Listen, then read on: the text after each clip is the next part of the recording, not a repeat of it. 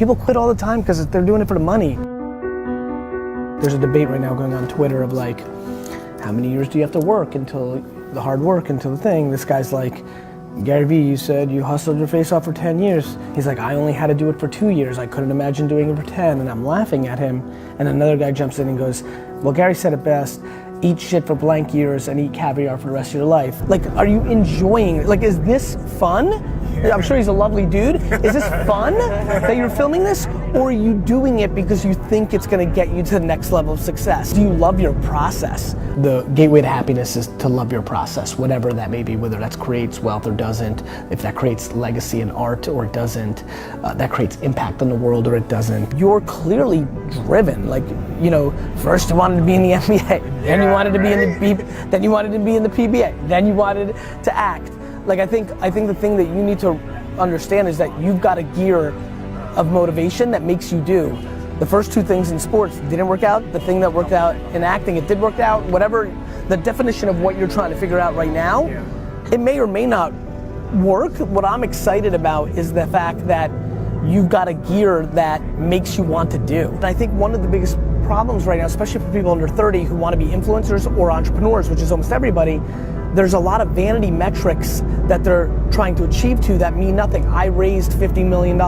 So, you might go out of business. I've got 1 million subscribers. So, I've got 10 million subscribers. So, I think right now, we live in a world that has so much data that people are living towards the numbers. How many likes, how many followers, how much capital I've raised. It becomes a numbers race, and it usually leads to bad behavior, because when you're chasing a number that people can see, you often take shortcuts. For me, the shit is the caviar. Like, I love the fucking process. I love building. A very big reason acting probably worked out was you both thought it could bring you something you were looking for from a level of attention and success and fame and dollars, but you also liked it. Because otherwise, if you didn't like it, you would have quit after the third no at auditions. When you do something for money, you quit. When you do it because you love it, you do it forever. People win when they're self-aware. Some want to make their bed, some don't. Some have this strength, some have that weakness. You need to figure out who you are, and you need to execute against that. You have to love the process, not the stuff that the process buys you. People quit all the time because they're doing it for the money. I think the bigger question is, what do you want the money for? Is it blocking an insecurity? Is it to get the girl? Is it because you're trying to amass as much as you can because you actually don't like working and you want to live it? The reason so many people fail in life and business is their model is, let me get the money so that I can enjoy and relax.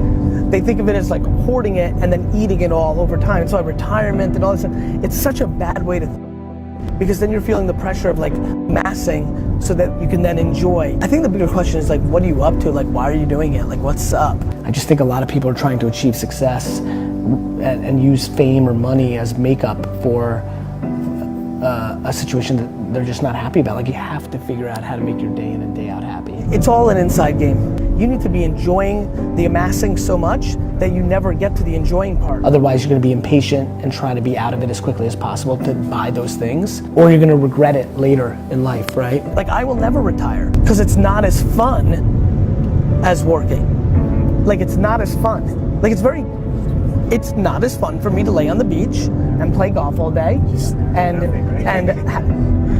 lay on a yacht in the middle of the Mediterranean for 100 days in the summer and go to vineyards and go to concerts and see friends. That's not as fun as fucking 15 hours of meetings all day. I don't want to lay in a swan in a pool.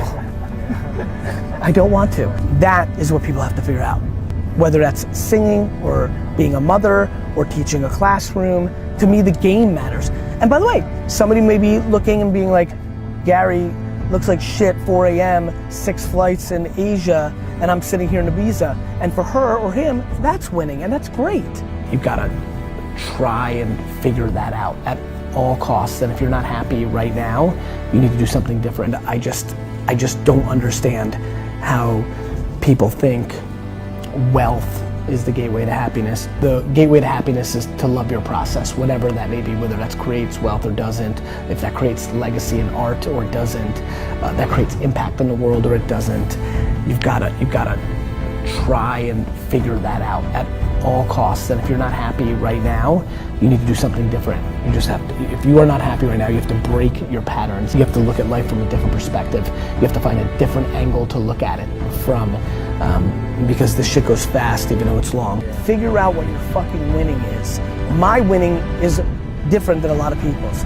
I don't get envy, I get excited, I get competitive, I enjoy it, I enjoy my thing. What's your thing that makes you the happiest? And just focus there. Only there.